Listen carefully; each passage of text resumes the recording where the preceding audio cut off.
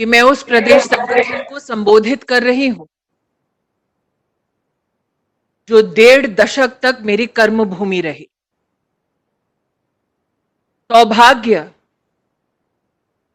कि जिस व्यक्ति के साथ साल 2003 में महाराष्ट्र में युवा मोर्चा में काम करने का सौभाग्य प्राप्त हुआ, आज वो माजी मुख्यमंत्री न सिर्फ महाराष्ट्र में बल्कि राष्ट्र भर में अपने सुशासन के लिए जाने जाते हैं।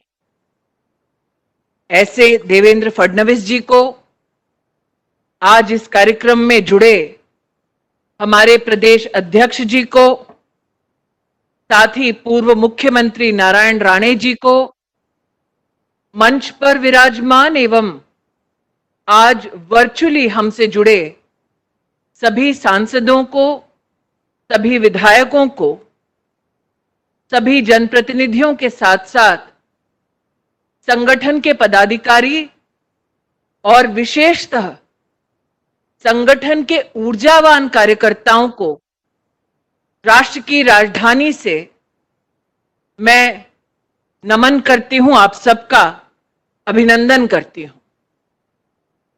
शायद ये अटपटा सा लगे कि वर्तमान परिस्थिति में जब वैश्विक महामारी कोरोना वायरस के आंकड़े देखे जाते हैं तो महाराष्ट्र संक्रमित की संख्या में पहले पायदान पर पाया जाता है। ऐसे में मेरा आप सबको अभिनंदन करना कुछ लोगों को शायद अटपटा लगे, लेकिन अभिनंदन है उन लोगों को जिन लोगों ने न सिर्फ डॉक्टर या नर्स की भूमिका में नहीं बल्कि साथ ही स्वयंसेवी संस्थाओं के माध्यम से, भाजपा के संगठन के माध्यम से वैश्विक महामारी कोरोना से जूझने के लिए अपना योगदान दिया। आज उन लोगों का मनपूर्वक आभार और अभिनंदन करना चाहूंगी। एक कड़वा सत्य यह है कि मुंबई नगरी के बारे में जब जब चर्चा होती तब लोग कहते कि यह देश की आर्थिक राजधानी है, और आज जब मुंबई की चर्चा होती है तो हर रोज नागरिक इस चिंता में अपने आप को पाते हैं कि आज कोरोना से संक्रमित पेशेंट्स की नंबर कहां ज्यादा है, मुंबई में या दिल्ली में। ऐसे हालातों में आज मैं भारतीय जनता पार्टी और केंद्र की सरकार की ओर से महाराष्ट्र, विशेषतः मुंबई और कोंकण की जनता को आश्वस्त करना चाहती हूं कि इस वैश्विक महामारी से जूझने के लिए भारतीय जनता पार्टी का एक भी कार्यकर्ता आपको अकेला नहीं छोड़ेगा। आज उन परिवारों के प्रति संवेदना व्यक्त करती हूं जिसने इस महामारी में किसी अपने को खोया है। वर्तमान में अस्पतालों में अथवा घर पर अगर कोई उपचार प्राप्त कर रहा है तो उनके प्रति वो जल्द स्वस्थ हों, ऐसी शुभकामना प्रेषित करती हूं। वैश्विक महामारी कोरोना से जूझने के लिए माननीय प्रधानमंत्री जी ने विशेष हमारे कोरोना वॉरियर्स के संरक्षण के लिए 50 लाख रुपए का हेल्थ इंश्योरेंस कवर घोषित किया। इसी संदर्भ में जब देश भर से कहीं ना कहीं कोई समाचार आया कि कोरोना से जूझते हुए डॉक्टर या नर्स के ऊपर कानून व्यवस्था को भंग करके कोई प्रहार कर रहा है, तो माननीय प्रधानमंत्री जी के निर्देश अनुसार एक विशेष ऑर्डिनेंस लाया गया ताकि डॉक्टर्स और नर्सेस का संरक्षण हो सके। आज मेडिकल कम्युनिटी को, हेल्थ वॉरियर्स को मेरी ओर से मैं आश्वस्त करना चाहती हूं कि उनकी सेवाओं के प्रति न सिर्फ भारत सरकार को गर्व है, बल्कि साथ ही भारतीय जनता पार्टी का एक एक कार्यकर्ता उनकी सेवाओं के प्रति अपना आभार व्यक्त करता है।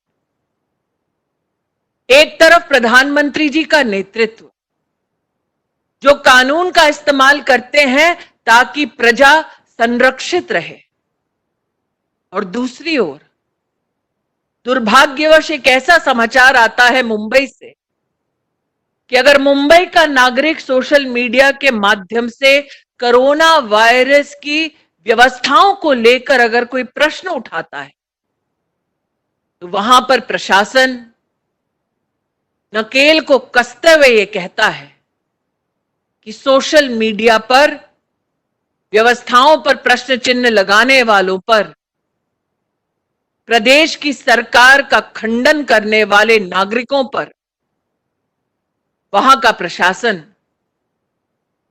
एक्शन लेगा। शायद इस बात का संकेत है कि धीरे धीरे कांग्रेस का कल्चर, जो इमरजेंसी के कालखंड में पूरे राष्ट्र ने देखा, वो आज भी कांग्रेस की इस अघाड़ी में जनता को साक्षात दिखाई दे रहा है। अघाड़ी का कांग्रेसीकरण कार्यकर्ताओं के साथ साथ विशेष जनता के लिए दुखदाई था,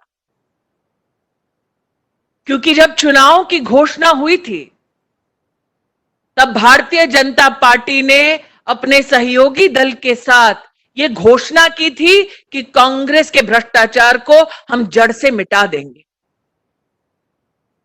कौन जानता था चुनाव के बाद सत्ता की लालसा में वो लोग कांग्रेस से हाथ मिला लेंगे जिन लोगों ने जीवन भर कांग्रेस के भ्रष्टाचार के खिलाफ भारतीय जनता पार्टी के साथ आवाज उठाई। जनता के साथ हुआ ये धोखा देश भर में चर्चा का विषय बना, लेकिन माननीय प्रधानमंत्री जी ने विकास के प्रति अपनी प्रतिबद्धता को जाहिर करते हुए कहा, सरकार भले ही कांग्रेस के नेतृत्व में बनी हो, लेकिन जनता आज भी हमारे लिए वंदनीय है और उस जनता की हम निरंतर सेवा करते रहेंगे। सेवा की उसी श्रृंखला में जैसे ही वैश्विक महामारी कोरोना ने हिंदुस्तान के दरवाजे पर दस्तक दी, प्रधानमंत्री जी ने राष्ट्र से आह्वान किया जनता कर्फ्यू का। विपक्षी दलों ने उपहास उठाते हुए कहा, इस जनता कर्फ्यू में जनता का सहयोग लेकर प्रधानमंत्री जी को क्या लाभ है? क्यों हमारे स्वास्थ्य कर्मियों को प्रोत्साहित करने के लिए दीप जलाया जाए या थाली बजाई जाए? शायद विपक्ष की इस संकुचित मानसिकता का यह प्रमाण है कि वो समझ नहीं पाए कि आज हिंदुस्तान में एक ऐसा नेतृत्व है जो जनता से मात्र 5 साल में एक बार नहीं मिलता, बल्कि परस्पर संपर्क और संवाद जनता से बनाए रखता है। और संपर्क और संवाद की उसी श्रृंखला में आज वर्चुअल रैली के माध्यम से हम विशेषतः मुंबई और कोंकण प्रांत को संबोधित कर पा रहे हैं। जैसा कि देवेंद्र भाई ने कहा, नॉट सेलिब्रेशन बट कम्युनिकेशन। आज हम इस संवाद के माध्यम से आभार व्यक्त करना चाहते हैं हर उस नागरिक का जिसने नरेंद्र मोदी जी के नेतृत्व पर विश्वास रखते हुए 2019 के चुनाव में भी कमल का बटन दबाया। आज इस संवाद के माध्यम से हम चरण वंदन करते हैं उन कार्यकर्ताओं का जिन्होंने वर्षों वर्ष तक संघर्ष किया ताकि कमल का फूल खिले। आज उन्हें आभार व्यक्त करने का यह मौका है। जनता कर्फ्यू में जिस प्रकार से जनता ने सहयोग दिया, तत्पश्चात प्रधानमंत्री जी ने लॉकडाउन की निश्चित घोषणा की, लेकिन साथ ही गरीब कल्याण पैकेज की भी घोषणा हुई। 1,70,000 करोड़ से भी ज्यादा का ये पैकेज राष्ट्र के इतिहास में पहली बार भारत सरकार का संकल्प दिखा कि हम 80 करोड़ नागरिकों तक 3 महीने का अनाज पहुंचाएंगे। कांग्रेस का कार्यकाल होता केंद्र में तो यह सोच ना संभव थी, ना ये कार्य संभव था। लेकिन 80 करोड़ नागरिकों तक राशन पहुंचाया गया। यह इस बात का प्रमाण है कि आपने जब नरेंद्र मोदी को आशीर्वाद दिया चुनाव में, वो आशीर्वाद जनता के लिए फला। आत्मनिर्भर भारत पैकेज की घोषणा हुई। मुझे आज भी याद है, विपक्षी पार्टियां और विशेष वो सज्जन जिनको अमेठी से रुखसत करने का मुझे सौभाग्य प्राप्त हुआ, वो कहते किसी ना किसी वेबिनार में कि 2% दे दो जीडीपी का, 3% दे दो। कल्पना उन्होंने ये नहीं की कि राष्ट्र को आत्मनिर्भर बनाने के लिए लगभग 10% जीडीपी का पैकेज के रूप में प्रधानमंत्री प्रेषित कर सकते हैं। यह कल्पना इसलिए संभव नहीं थी कांग्रेस के नेतृत्व के लिए क्योंकि वो स्वयं संकुचित सोच के मारे हैं। आत्मनिर्भर भारत को क्या दर्शित करती है?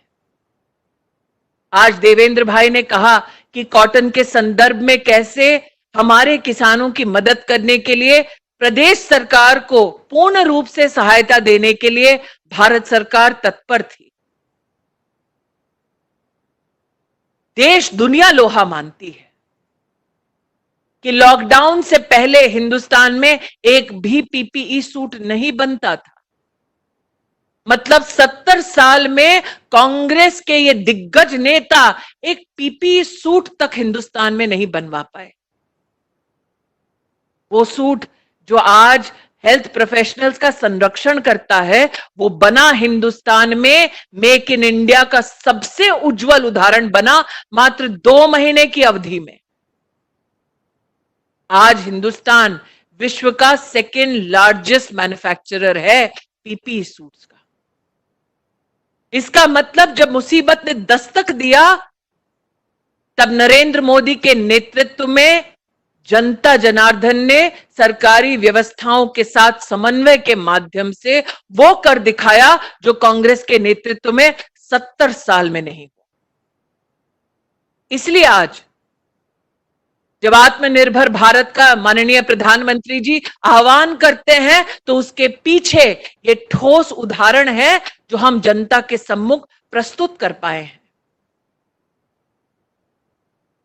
मुझे आज भी याद है, साल 2014 में जब पहली बार प्रधानमंत्री जी देश की संसद में प्रवेश कर रहे थे, तो उन्होंने चौखट पर अपना शीश झुकाया था और अपने आप को देश का प्रधान सेवक घोषित किया था। उपहास किया था कांग्रेस वालों ने, सिर्फ 14 में नहीं बल्कि उस चुनाव से भी पहले, और कहा था कि एक चाय वाला कभी भी देश का प्रधानमंत्री नहीं बन सकता। कांग्रेस का वो घमंड कि एक साधारण सरल गरीब परिवार का व्यक्ति राष्ट्र के सर्वोच्च पद पर नहीं पहुंच सकता, उस घमंड को चकनाचूर किया देश की जनता ने, महाराष्ट्र की जनता ने। और गरीबी से पनपा वो व्यक्ति जब देश की संसद में पहुंचा, तो उस व्यक्ति ने कहा कि मेरी सरकार, आपकी सरकार गरीब कल्याण के प्रति समर्पित रहेगी। समर्पण की वो भावना कहां कहां प्रतिबिंबित हुई, याद होगा आपको। वो पल जब कांग्रेस के एक नेता ने सार्वजनिक तौर पर कहा कि मैं क्या करूं, दिल्ली से तिजोरी से 1 रुपया निकलता है तो गांव तक पहुंचते पहुंचते 10 पैसा हो जाता है। वर्षों वर्ष तक यह चर्चा का विषय रहा, लेकिन समाधान कभी कांग्रेस पार्टी ने नहीं दिया। प्रधानमंत्री जब नरेंद्र भाई मोदी बने, तब उन्होंने कहा कि अगर तिजोरी से सीधा रुपया गरीब के पास पहुंचाना है तो उसका बैंक का खाता होना अनिवार्य है। जनधन योजना की शुरुआत हुई और इन 6 सालों में आज भारतीय जनता पार्टी का कार्यकर्ता गौरवान्वित है कि 38 करोड़ हिंदुस्तानियों को उनके जीवन में पहली बार बैंक का खाता अगर नसीब हुआ तो वो तब हुआ जब देश के प्रधानमंत्री नरेंद्र मोदी बने। मुझे आज भी याद है जब जनधन का खाता खुला था तब कुछ विपक्षी पार्टियों के नेताओं ने कहा था इसका फायदा क्या है। और आज वैश्विक महामारी से जब हमारा देश जूझ रहा है तो एक फायदा महिला होने के नाते मैं गिनवा सकती हूं। अप्रैल और मई के महीने में 38 करोड़ जनधन खातों में से 20 करोड़ खाते हिंदुस्तान की महिलाओं के और सीधा भारत की तिजोरी से उन 20 करोड़ महिलाओं के बैंक के खाते में 20,000 करोड़ रुपया ट्रांसफर किया गया नरेंद्र मोदी जी के नेतृत्व में। ये शायद वो लोग समझेंगे जिन्होंने वर्षों वर्ष गरीब को भारत की तिजोरी से दूर रखा। ये वो समझेंगे जिन्होंने कमल का बटन दबाकर यह विश्वास व्यक्त किया कि अब व्यवस्थाएं बदलेंगी, पारदर्शिता से सरकार चलेगी। आज आपके सम्मुख जब मैं खड़ी हूं तो याद करती हूं कोंकण में वर्षों पहले एक कार्यक्रम में जाकर जब संबोधन किया तो वहां की बहनों ने आकर मुझसे कहा कि शाम की रोटी बनाने के लिए जल्दी घर जाना है। क्यों? लकड़ी बीन कर रखी है, लकड़ी बिल्कुल ड्राई हो, सूखी हो, ताकि धुआं ज्यादा ना भरे रसोई में। ये छोटी छोटी चर्चाएं महिलाएं करती। किसी ने यह कल्पना प्रस्तुत नहीं की राष्ट्र के सामने कि एक गरीब महिला को भी स्वच्छ ईंधन का अधिकार है। नरेंद्र मोदी जी ने पहले वर्ष में ही 2014 में आह्वान किया कि अगर गरीब बहनों की रसोई में स्वच्छ ईंधन देना है then give it up. If you can afford to give up your subsidy for LPG cylinders, please give it up. और मैं आभार व्यक्त करती हूं, देश में 1 करोड़ से भी ज्यादा परिवारों ने अपनी सब्सिडी छोड़ी इस विश्वास के साथ मोदी ने कहा है तो गरीब तक ये मदद पहुंचेगी जरूर। और आज भाजपा का कार्यकर्ता गर्व के साथ कह सकता है कि जो 70 साल में नहीं हुआ ये इन गत 6 सालों में हुआ है। 8 करोड़ से भी ज्यादा गरीब बहनों को जीवन में पहली बार एलपीजी का सिलेंडर मिला है। वैश्विक महामारी कोरोना से लड़ते हुए इस कार्यकाल में उज्ज्वला योजना से जुड़ी उन्हीं बहनों को 3 महीने का एलपीजी का सिलेंडर का रिफिल मुफ्त में दिया गया है।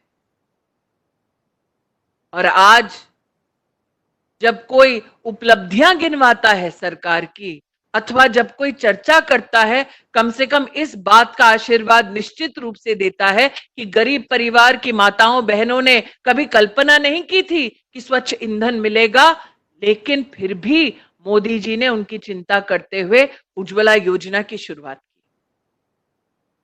सिर्फ ईंधन ही क्यों, शौचालय जैसा एक बेसिक अधिकार हमारे देश में गरीब परिवारों के पास नहीं था। यह वो अधिकार है जिसके बारे में कभी भी कांग्रेस के राज में विशेष कार्यक्रम कार्य नहीं किया गया। घोषणाएं बहुत की गई, लेकिन धरातल पर उसको समाधान हेतु हकीकत नहीं बनाया गया। मोदी जी ने स्वच्छ भारत अभियान की न सिर्फ घोषणा की, बल्कि प्रशासन को आदेश किया कि हमें गरीब से गरीब परिवारों के लिए शौचालय बनाना है। मुझे आज भी याद है लाल किले की प्राचीर से उन्होंने कहा कि क्या हमें शोभा देता है अगर हमारी बहू बेटियां माताएं बहनें खुले में शौच करें। एक राष्ट्रीय आह्वान किया और इन 6 सालों में 11 करोड़ से भी ज्यादा शौचालय बने भारतीय जनता पार्टी की सरकार के। आज जब कार्यकर्ताओं को संबोधित करती हूं, भाइयों से शायद इतना ना कह पाऊं, लेकिन बहनें जानती हैं कि वो एक शौचालय एक गरीब के जीवन में कितना सम्मान दिलवाता है। और ये कहने के साथ साथ महाराष्ट्र जो एक किसान प्रधान प्रदेश भी है, उसके संदर्भ में कहना चाहती हूं, यूपीए के कार्यकाल में कई कांग्रेसी नेता थे जिन्होंने इस बात का आह्वान किया कि हम किसान को भारी कर्जे से मुक्त करना चाहते हैं, किसान की आमदनी को बढ़ाना चाहते हैं। लेकिन यूपीए के कार्यकाल में आंखों के सामने धोखा देखा किसानों ने। घोषणाओं तक सीमित रह गई कांग्रेस की सरकार और प्रधानमंत्री नरेंद्र मोदी ने राष्ट्र के इतिहास में पहली बार न सिर्फ ये घोषणा की बल्कि फलीभूत किया कि अब हिंदुस्तान की तिजोरी से किसान सम्मान निधि के तहत सीधा किसान के खाते में वार्षिक रूप से 6,000 रुपया जाएगा, आने वाले 10 साल तक जाएगा।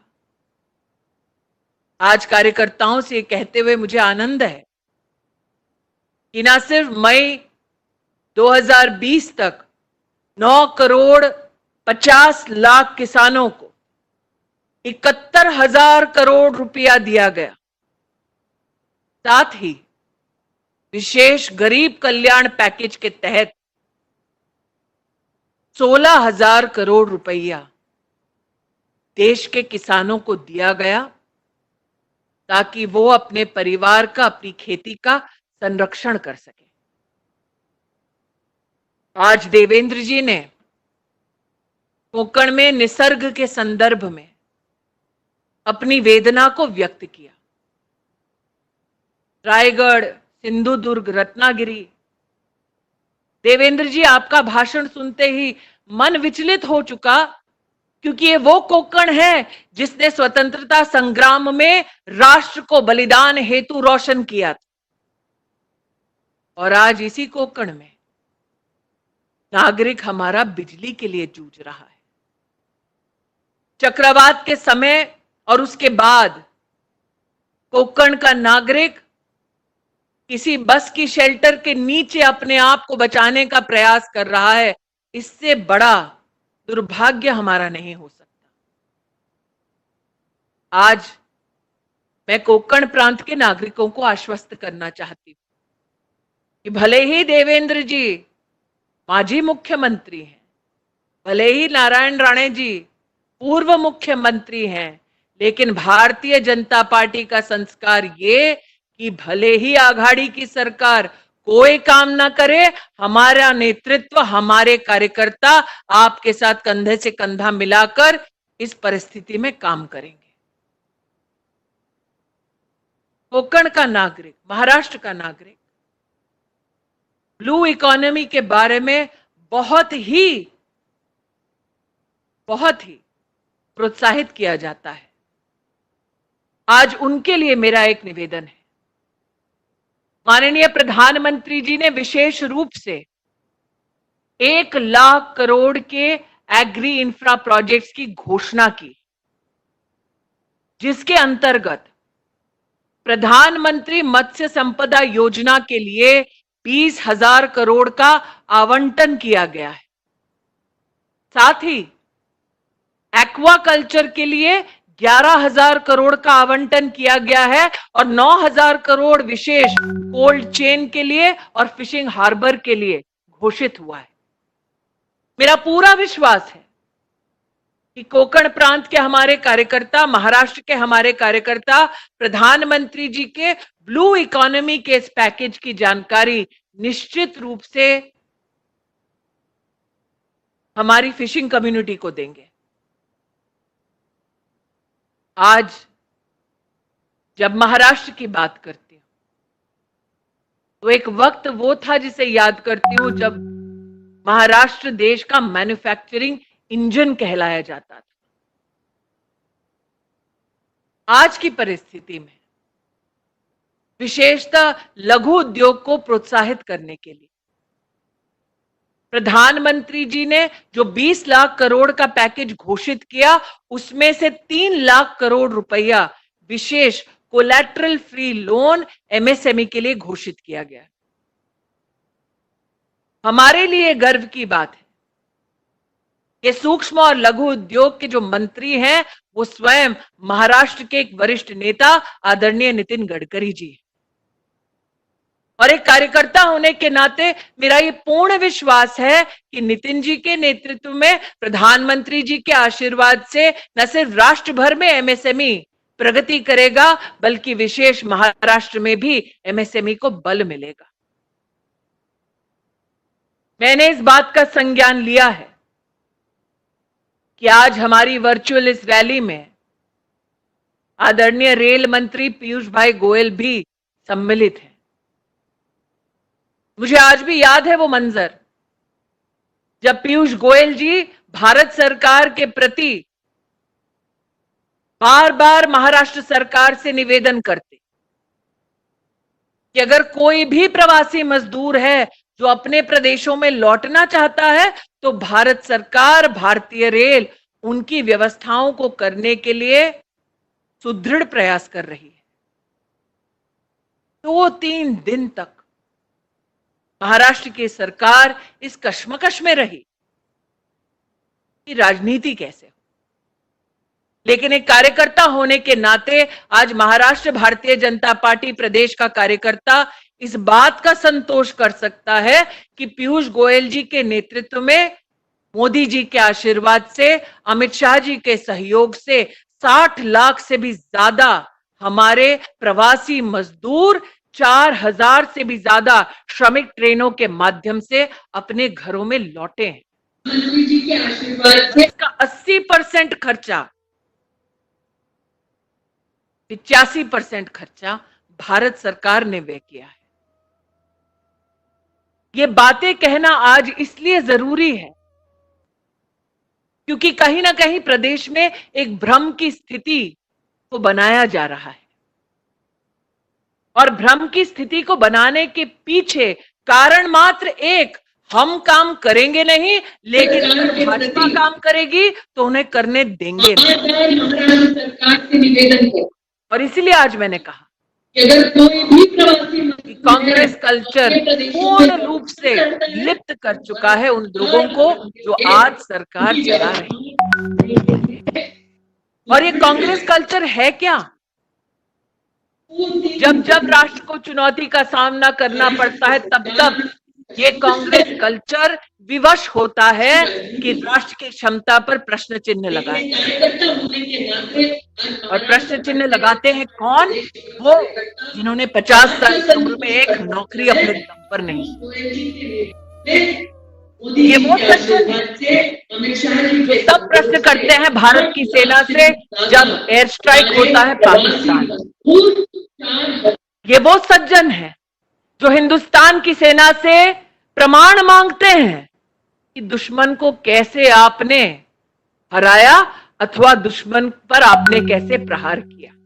अरे ये वो सज्जन है, ये वो पार्टी है जब देश की संसद में चर्चा होती है कि कैसे पाकिस्तान, बांग्लादेश और अफगानिस्तान में हिंदू, सिख, बौद्ध, पारसी, जूस प्रताड़ित हो रहे हैं, उनको हिंदुस्तान में शरण दी जाए। ये वो पार्टी है जो हिंदू, बुद्ध, सिख, पारसी, जैन, ये वो पार्टी है, ये वो सज्जन है, ये वो परिवार है जो तब आवाज उठाता है जब धारा 370 को हटाने का ऐतिहासिक निर्णय नरेंद्र मोदी लेते हैं और उसकी चर्चा होती है देश की संसद में। ये वो निर्लज लोग हैं जो खड़े होकर हिंदुस्तान के संविधान पर प्रश्न चिन्ह लगाते हैं, संसद पर प्रश्न चिन्ह लगाते हैं कि क्या संसद में इतनी ताकत है कि वो धारा 370 हटा दे।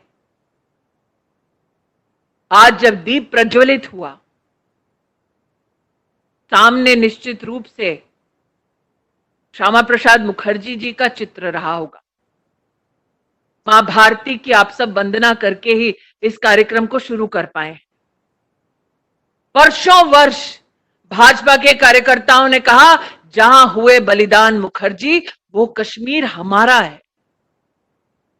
और उस बलिदान को श्रद्धांजलि मिली। कश्मीर से लेकर कन्याकुमारी तक एक संवैधानिक सूत्र में हिंदुस्तान को बांधा नरेंद्र मोदी ने, क्योंकि जनता ने आशीर्वाद दिया, कार्यकर्ता ने सहयोग किया। आज जब आप सबको संबोधित कर रही हूं और उस सज्जन की बात कर रही हूं जो अमेठी छोड़कर अब वायनाड में स्थापित हैं, तब यह भी याद करती हूं कि चुनाव में कैसे मंदिर मंदिर घूम रहे थे ताकि फोटो अच्छी आ जाए। लोगों को आश्वस्त कर रहे थे कि मैं हिंदुत्व और हिंदुइज्म के अगेंस्ट नहीं हूं।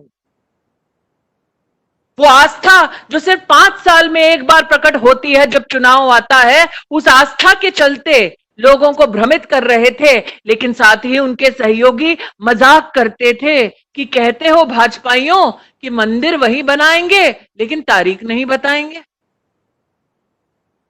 और आज भारतीय जनता पार्टी के कार्यकर्ता ने संयम का परिचय देते हुए आज इस बात का अभिनंदन और आभार व्यक्त करना चाहिए कि न सिर्फ सुप्रीम कोर्ट का जजमेंट आया, बल्कि साथ ही नरेंद्र मोदी जी के नेतृत्व में उत्तर प्रदेश की सरकार आज भव्य राम मंदिर के निर्माण की शुरुआत कर चुकी है। ये सब ऐतिहासिक क्षण हम मात्र 1 साल में देख पाए हैं, क्योंकि जनता ने हमें आशीर्वाद दिया। और आज उस जनता का आभार इस संवाद, इस रैली के माध्यम से मैं करना चाहूंगी। आज इस संवाद की जब शुरुआत हुई, तब हमने श्रद्धांजलि अर्पित की उन वीरों को जिन्होंने अपने लहू से भारत की सुरक्षा को सींचा है। दुख होता है, कष्ट होता है कि जब जब दुश्मन एक एक हाथ करने का प्रयास करता है, तब तब राहुल गांधी उनके समर्थन में बोलते हैं। कुछ लोगों का यह मानना है कि हमें एक नागरिक होने के नाते यह अपेक्षा ही नहीं करनी चाहिए कि वो भारत की फोर्सेस के साथ, भारत के साथ खड़े होंगे। आज जब मैं कोंकण को, महाराष्ट्र को संबोधित करती हूं तो याद करती हूं छत्रपति शिवाजी महाराज की उस मां को जिसने संग्राम के प्राण फूके अपने पुत्र में। और दुर्भाग्य है कि आज उस संघर्षशील प्रदेश में एक ऐसी पार्टी की सरकार है जो प्रश्न चिन्ह लगाती है, चाइना के साथ खड़ी होती है, पाकिस्तान के साथ दोस्ती की बात करती है। ये कौन सी पार्टी है, ये कौन सा संस्कार है, इसको समझने के लिए कुछ लोगों को समय लगा। लेकिन हाल ही में जो राजीव गांधी फाउंडेशन के बारे में तथ्य सामने आए, उन्होंने देश के नागरिकों को चौंका दिया, झिंझोड़ कर रख दिया। राजीव गांधी फाउंडेशन के कर्ता धर्ता कौन? 3, सोनिया, राहुल और प्रियंका गांधी। राजीव गांधी फाउंडेशन का कृत्य क्या? चाइना की एम्बेसी से पैसा लेना। राजीव गांधी फाउंडेशन का कृत्य क्या? जो प्रधानमंत्री रिलीफ फंड में देश का नागरिक डोनेशन देता है, उससे पैसा निकालकर अपनी फाउंडेशन में दे देना। मैंने जीवन में नहीं सोचा था कि राष्ट्र का नागरिक जब किसी आपदा में अपने दूसरे नागरिकों की मदद करने के लिए अपना पेट काट के दान देता है, वो पैसा भी खाने की क्षमता गांधी खानदान में है। कहां वो जिजाऊ जिसने प्रेरित किया संग्राम के लिए, और कहां ये मां जो बच्चों के साथ देश को लूटने की कोई कसर नहीं छोड़ती। और स्तब्ध तो मैं तब रह गई जब राजीव गांधी फाउंडेशन के एक ऐसे तथ्य को मैंने देखा जिसके माध्यम से राष्ट्र को पता चला कि 1991 में मनमोहन सिंह जी जब वित्त मंत्री थे तो उन्होंने घोषणा की बजट में, जिस फाउंडेशन की कर्ता धर्ता सोनिया जी हैं, उसको भारत के बजट से 100 करोड़ रुपया दिया जाएगा। शब्द तो मैं तब थी जब मैंने देखा कि राजीव गांधी फाउंडेशन में न सिर्फ मनमोहन सिंह जी ने वित्त मंत्री होने के नाते 100 करोड़ रुपया देने की घोषणा की, बल्कि साथ ही जब यूपीए की सरकार थी तो 7 मंत्रालयों ने और भारत सरकार के 11 पीएसयूज ने पैसा दिया इस ऐसे फाउंडेशन को जो चलाती सिर्फ सोनिया जी और उनके 2 बच्चे हैं। शायद पॉलिटिकल हफ्ता देने का इससे सुनहरा उदाहरण देश की राजनीति में नहीं देखा गया होगा, क्योंकि मुझे आज भी याद है यूपीए के कार्यकाल में जब प्रधानमंत्री किसको बनाया जाए उसकी चर्चा हो रही थी तो अचानक से मनमोहन सिंह जी का नाम प्रेषित हुआ। इसके पीछे का कारण क्या था? आज राजीव गांधी फाउंडेशन के दस्तावेजों को देखकर समझ आ रहा है। इसलिए आज जितने कार्यकर्ता, जितने नागरिक जुड़े हैं, उनसे कहना चाहती हूं कि जब तक कांग्रेस कल्चर अपनी गिरफ्त में महाराष्ट्र को रखेगा तब तक हमें चैन की सांस नहीं लेना है। कांग्रेसीकरण हुआ सरकार का, इसीलिए पालघर में साधुओं का मॉब लिंचिंग हुआ। एक कड़वा सत्य यह भी है, कांग्रेसीकरण हुआ सरकार का महाराष्ट्र में, इसीलिए आज बॉडी बैग के नाम पर भी घोटाला करने का दुस्साहस कुछ लोग करते हैं। नागरिकों को मात्र इस बात का आश्वासन देती हूं कि हर विपदा की घड़ी में भाजपा आपके साथ रहेगा और कार्यकर्ताओं से आह्वान करती हूं कि आघाड़ी सरकार जहां जहां पूरी ना पड़े। गर्व होता है जब देवेंद्र फडणवीस जी स्वयं जाते हैं अस्पतालों में अथवा दूसरी जगह पर पीड़ित लोगों से मिलने के लिए, गर्व होता है। और साथ ही एक निवेदन और, इस वायरस से बचने के लिए अब तक कोई वैक्सीन नहीं बनाया गया है। महाराष्ट्र आज नंबर 1 की पायदान पर है कोविड के केसेस को लेकर, इसलिए विशेष रूप से हम सतर्क रहें, 2 गज की दूरी बनाकर रहें और फेस का कवर सदैव सुनिश्चित करें, न सिर्फ अपने लिए बल्कि उनके लिए भी जिनसे हम चर्चाएं करते हैं, जिनके संग हम रहते हैं। वैश्विक महामारी कोरोना से हम दृढ़ता से लड़कर जीत पाएंगे, ये विश्वास इस बात से उत्पन्न होता है कि मार्च के महीने में कोरोना से रिकवरी का रेट मात्र 7% था और आज हमारा रिकवरी रेट 57% है। जनता के साथ समन्वय के माध्यम से धीरे धीरे इस महामारी से हम जीत पाएंगे।